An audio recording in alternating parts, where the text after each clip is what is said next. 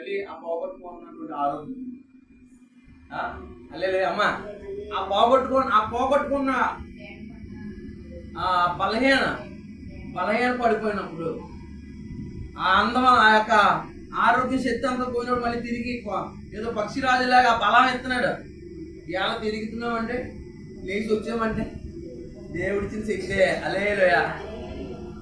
కొన్నిసార్లు కొన్ని బెంగల్లో మనం అలాగే అది మతం తెలుపుతలేదు, ఖర్చు తెలుపుతలేదు. హల్లెలూయ. ఏదోలా ఉంటుంది. హల్లెలూయ. మళ్ళీ అక్కడి నుంచి మళ్ళీ దేవుడు వెలుగిస్తున్నాడు. హల్లెలూయ. మన పాదాలకి దీపంగా, మన త్రోవకు వెలుగుగా ఉండి ఆయన వెలుగు కమ్మజేస్తున్నాడు మన మీద.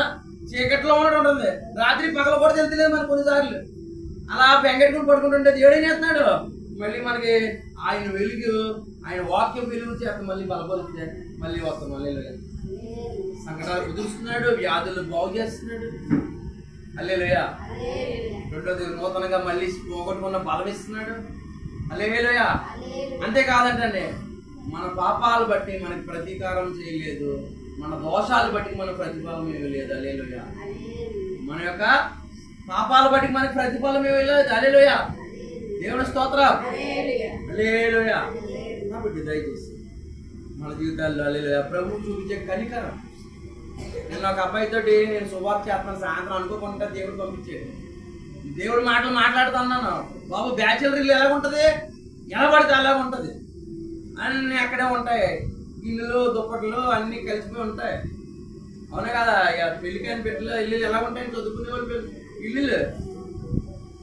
అదే ఒక్కసారి శుభ్రం చేసుకోవడం నేర్చుకుంటే శుభ్రం అవుతుంది. అలాగే మనలో ఉన్న పాపాలు ఒప్పుకుని ప్రభు సన్నిధిలో ప్రార్థన చేస్తే ఆయన ఎంత పాపానైనా కడిగి శుభ్రం చేస్తాడు. ఎప్పుడైతే యేసు ప్రభు దగ్గర ఒప్పుకుని మనం పాపాలు విడిచిపెడుతున్నామో మన ఇల్లు ఎప్పుడు శుభ్రంగా ఉండాలనుకుంటాం కదా, అలాగే మన హృదయం కూడా శుభ్రం అయిపోతుంది. యేసయ్య రక్తంలో కడుక్కుంటే, యేసయ్య దగ్గర మన పాపాలు ఒప్పుకుంటే ఇంకెప్పుడు కూడా మన ఇల్లు పాడు చేసుకోవాలని, మరి మన హృదయం అనే ఇల్లు, మన హృదయం అనే ఆలయం పాడు చేసుకోకుండా అన్ని గదులు శుభ్రంగా నీట్గా పవిత్రంగా పరిశుద్ధంగా ఉండజేస్తాడు.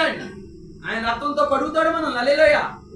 మన పాపాలన్నీ, మన గిల్ట్, మనం చేసిన ఆ పాపాలన్నీ కడిగేసి నిర్మలంగా మన హృదయాన్ని మార్చేస్తాడు. మన మనస్సాక్షిని బాగు చేస్తాడు.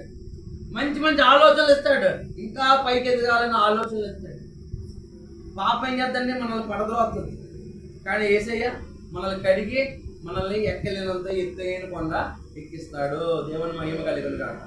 హల్లెలూయ. దేవుని మహిమ కలిగిన. హల్లెలూయ.